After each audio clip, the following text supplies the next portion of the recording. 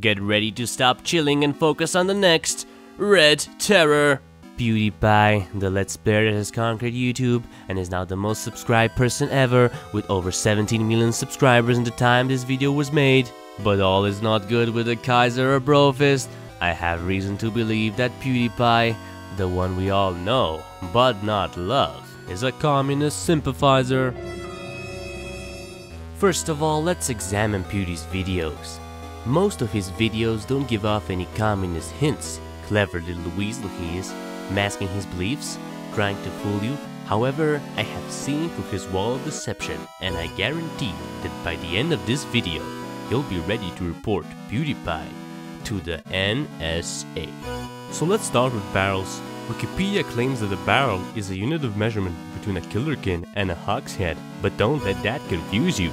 Pewdiepie claims he hates barrels because they are apparently evil and are seen conspiring with the bro in Amnesia. However, his hatred is far deeper. I have reason to believe that many of the so-called characters that Pewdiepie makes up while playing video games are actually personifications of his hidden dreams, desires, and emotions, which can be clearly noticed by observing the very characters themselves and how they react in the ever-changing Pewdiepie universe. Let's take for example Stefano. Stefano represents the part of Pewdiepie that wants to be brave, and so we often see Stefano leading the charge, living out Pewdie's very own hidden desires. Now wait, I know what you're thinking. What does this complex psychoanalysis have to do with communism? Look no further. Barrels are often used to carry precious substances, and what's the most notorious substance that barrels carry? That's right, it's black gold, aka oil, aka the driving force of American and British imperialism. So you see, dear audience, Pewdiepie actually has a hidden agenda, killing off the oil lobbies and massive corporations and constructing his own communist empire. But barrels aren't the only symbol of American capitalism. Pewdiepie also distrusts, or let's say dislikes, suits of armor found randomly in Amnesia. What's the story behind that, you ask? Well, as we all know from various games and lame school classes, suits of armor like those were often owned by the very elite of middle-aged society, knights and their kings. And as we all know, communists disapprove royalty, as everyone is equal in their society, except high-ranking party officials. But anyway, let's take a break from Pewdiepie's videos and focus on his early life and family. Pewdiepie was born in Gothenburg, Sweden. He was born in a well-off neighborhood, as his mom was once the CEO of a famous clothing company in Sweden. A recent study done by Harvard University actually shows that children of successful businessmen are very likely to turn against the ideals of their parents. And then there's also the nature of Gothenburg itself. Gothenburg is a coastal city and also one of the biggest docks in Sweden, which means plenty of people work as dock laborers and other manual workers, which Pewdiepie could have easily noticed, and especially because he used to work as the captain of a small dock ship in his years before he discovered YouTube. But wait, the Swedish communist connection runs even deeper than what you might think. In fact, Gothenburg also happens to be the home city of the Swedish Communist Party. And their results, you ask?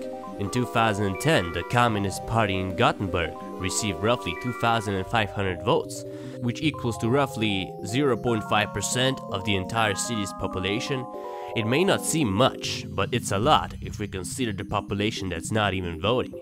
And besides that, dear audience, if we just look at the location of the HQ of the Communist Party, Gothenburgs Högskola and Chalmers University of Technology, which Pewdiepie attended, we can see that they're all roughly in the same area of the city, or what I like to call the Red Triangle. It is very likely that Pewdiepie could have ran into communist demagogues in his daily commutes across Gothenburg. And now, let's take a look at some peculiar coincidences that will really send the NSA buzzing. Pewdiepie made his channel on the 29th of April back in 2009. Which also happens to be the anniversary of the fall of Saigon, aka the unification of Vietnam under a communist regime, which is known as the Day of Shame for the US. Pewdiepie couldn't have picked this kind of date by accident, now could he? Moving forward now, no need to get bogged down in Vietnam. Pewdiepie usually starts a video with a greeting to his so-called fanbase, the bros, aka the bro army. Now let's analyze the word bro, or its full version, brother. One of the definitions of the word brother is actually a male associate or fellow member of an organization.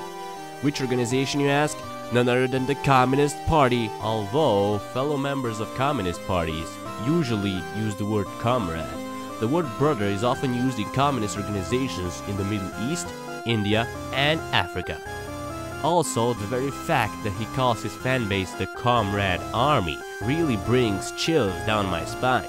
Pewdiepie may after all be trying to form his own militia from highly susceptible little kids just ready to do his bidding on command. Pewdiepie fans are after all known for their rugged commenting skills. But every army needs a salute, and they have one, the Comrade Fist.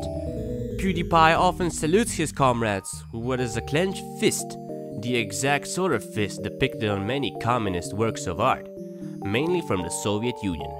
So there you have it, folks. If it looks like a duck, swims like a duck, and quacks like a duck, then it's probably a communist.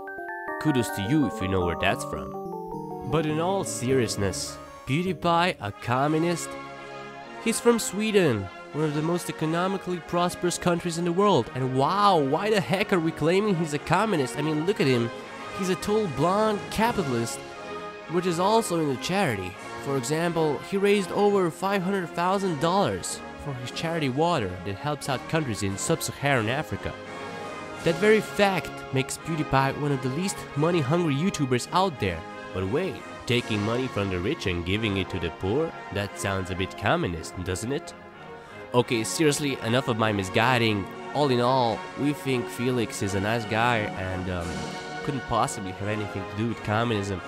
And I'm pretty sure the bro army would torch us if this video was made to discredit Pewdiepie. We just made this video for fun in a good old MatPat format. Oh, I just love that show. And as MatPat always says, it's just a theory, a psycho theory. Thanks for watching.